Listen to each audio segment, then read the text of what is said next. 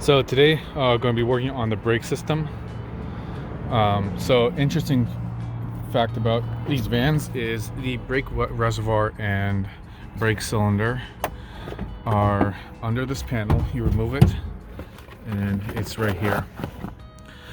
So it looks like the previous owners had messed around with the brake system before, because this looks like a new reservoir, but the brake system starts here, goes down under, like through the front of the vehicle, and then underneath, and then we have a spare wheel here and the fuel tank down here.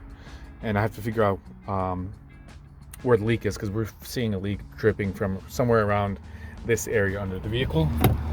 So what I need to do today is put the van on the ramps, and I'll show you guys what exactly needs to be done. This is an easier view.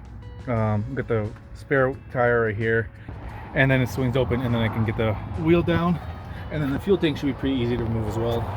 It's right there, and I got a new one. Take this speedometer off, which is going to be one bolt here, because on this side it's actually broken. Sorry, correction, there's actually two bolts, and the other one is hidden right here, which is be easier to get to once I pull these plugs off.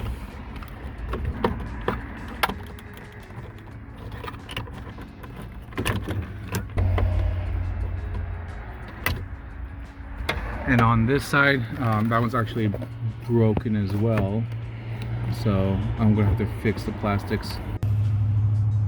So with the speedometer removed, all I have to do is just take all these plugs out, the speedometer cable, and disconnect this power cable, and that way I can see the master cylinder and the reservoir. So what we're going to do is fill up the reservoir with brake fluid, and then press the brakes and look underneath and try to figure out where that leak is coming from. So I found where the brake leak is. It's in these lines right here.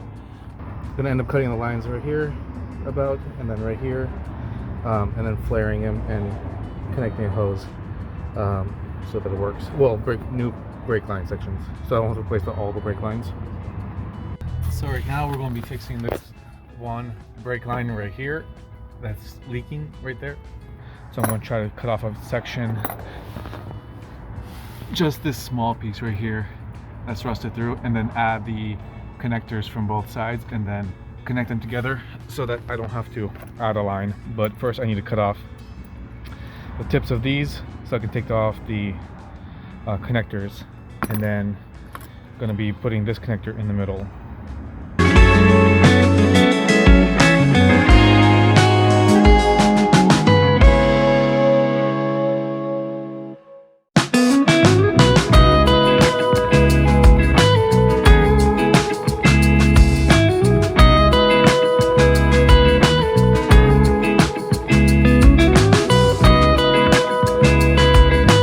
This is the temporary brake line repair. Taking off the fuel tank on these is pretty simple. There's really just two 13mm bolts right here, and then these will swing down, and I'll be able to lower the fuel tank down and disconnect it from the fuel fill-up hose, which is on this side right here, and it goes to the top of the tank.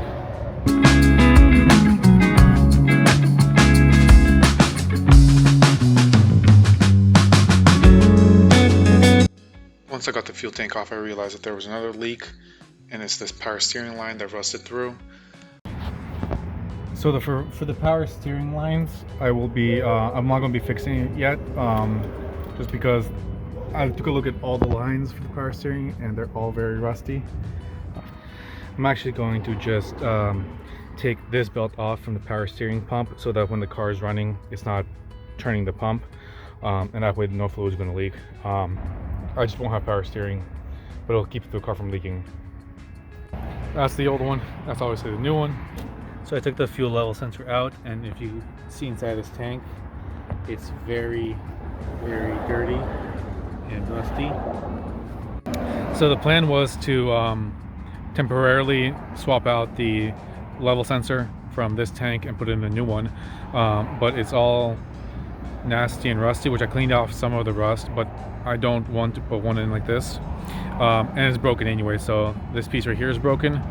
And if you see, when I lift it up, it doesn't drop back down.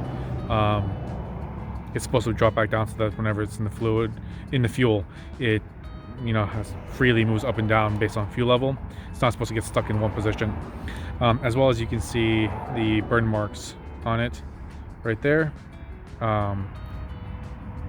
So yeah, so not going to be putting the new tank in at the moment. Going to order a new level sensor and swap that out before I put the tank in.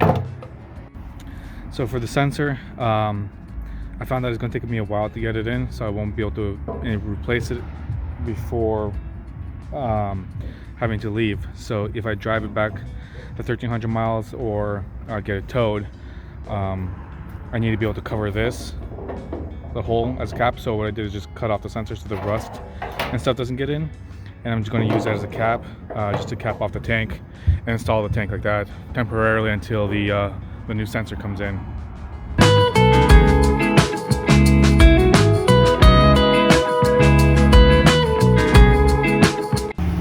So I jumped the van and started it, running pretty good, and not seeing any leaks from the fuel filter, fuel pump, anywhere from the tank. So we should be good with the fuel system now.